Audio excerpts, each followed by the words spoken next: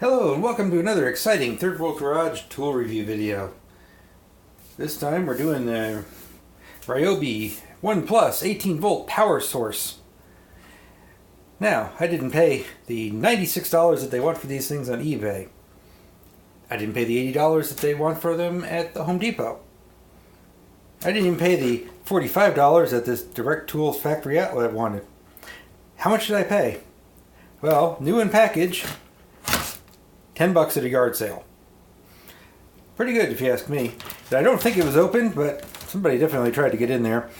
So we're going to open it now and see what it does.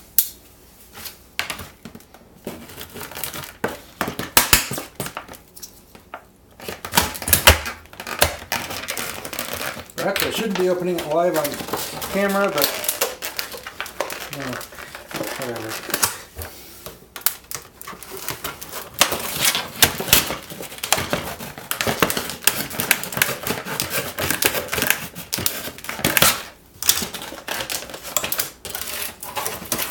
And try cutting it open this side.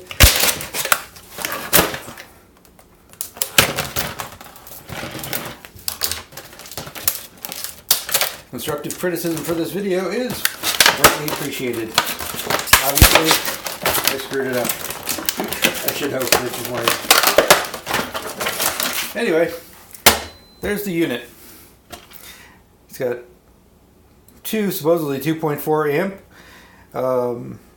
USBs, 120 volt AC outlet that can take a 1.25 amp load or 150 watts.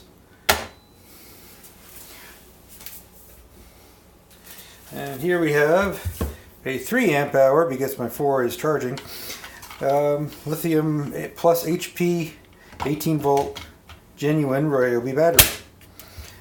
So let's see what we got here.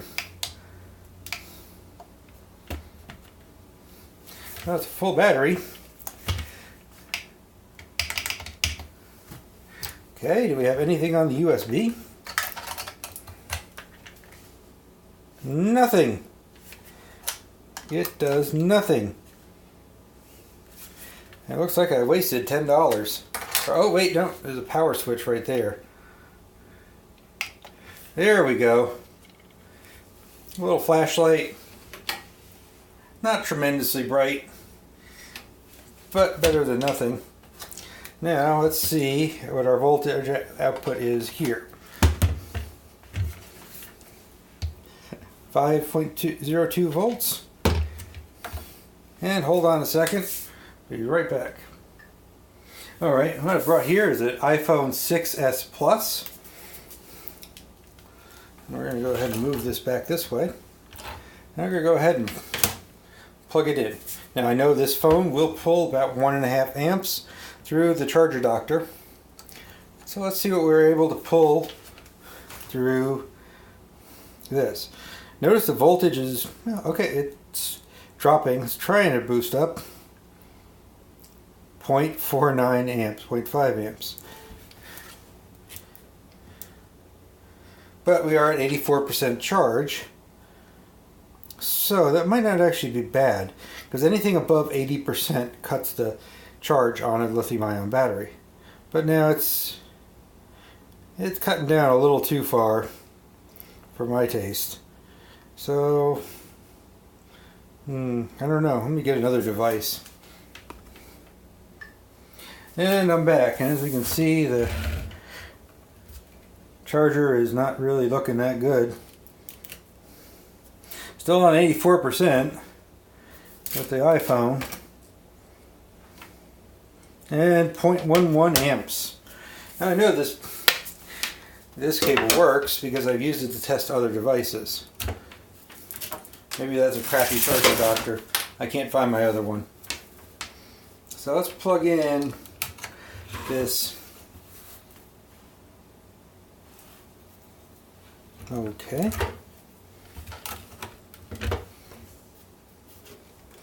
Maybe that is going bad. This tablet, which is sitting at 72%. And we can see it's not really charging it all that well. This is a full battery, and this is the ones that should be putting out a little bit of extra current. It just isn't. So we'll call that USB slow.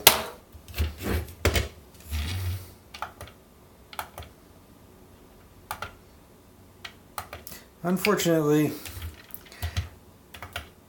I'm very happy I didn't spend 80 bucks on this thing at Home Depot. Honestly, that is just not worth it. I mean, unless one from Home Depot that's new. This one looks like it was new in the package. Unless that's going to be any better. We'll try one more battery. This one's not completely charged, but it's pretty close. Let's try it with a different battery.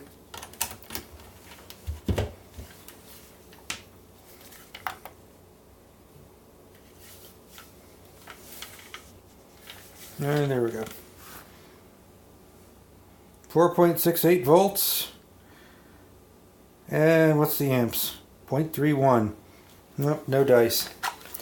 Unfortunately, I can't really recommend you spend your hard-earned $80 on this cheap chintzy piece of ABS plastic with an ABS plastic tack switch covering button, a small RGB LED, another tack switch, and one small LED and a couple of ports. It really just isn't going to do much. It might help you out of a bind, but 80 bucks? Come on, it ain't worth that.